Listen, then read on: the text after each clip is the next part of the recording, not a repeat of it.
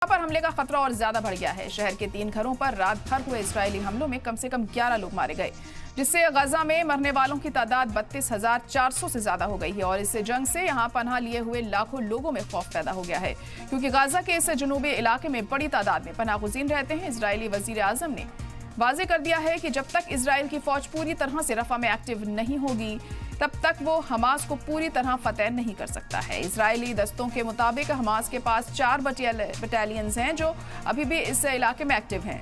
उनका मानना है कि शिद्दत पसंद तंजीम के कुछ सीनियर लीडरान भी वहां पर छिपे हुए हैं। इसके पेश नजर यह हमला किया गया है। रफा में तकरीबन 1.4 मिलियन गाजा के लोग मौजूदा वक्त में खाना, पानी और दवाओं तक मुत्तहिद होकर शिफ्ट टेंट में फंसे हुए हैं। और ये वो लोग हैं जो 4 या 5 दौर की नकले मकानी के बाद रफा में बस गए हैं। वहीं इजराइल का कहना है कि वह इन शहरियों को सेंट्रल गाजा में ट्रांसफर करने की प्लानिंग कर रहा है।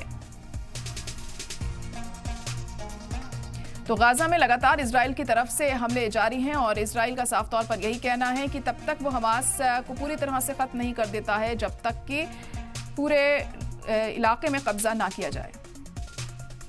My decision not to send the delegation to Washington in the wake of that resolution was a message to Hamas. It was a message first and foremost to Hamas. Don't bet on this pressure, it's not going to work. And I hope they got it.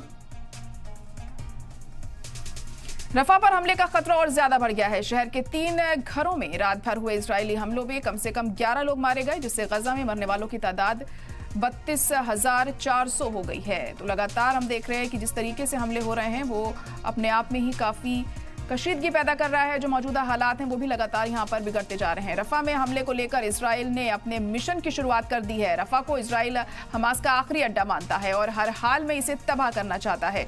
Israel के साथी ममालिक Israel के इस फैसले की मजम्मत कर रहे हैं, लेकिन इजराइल अपनी जिद पर अड़ा है। वहीं हमास का कहना है कि अगर रफा पर हमला हुआ तो बड़े पैमाने पर लहू बहेगा। गाजा के इस जुनूबी शहर का मुस्तकबिल अब जंगबंदी की कोशिशों को लेकर हो रही बातचीत पर ही टिका हुआ है।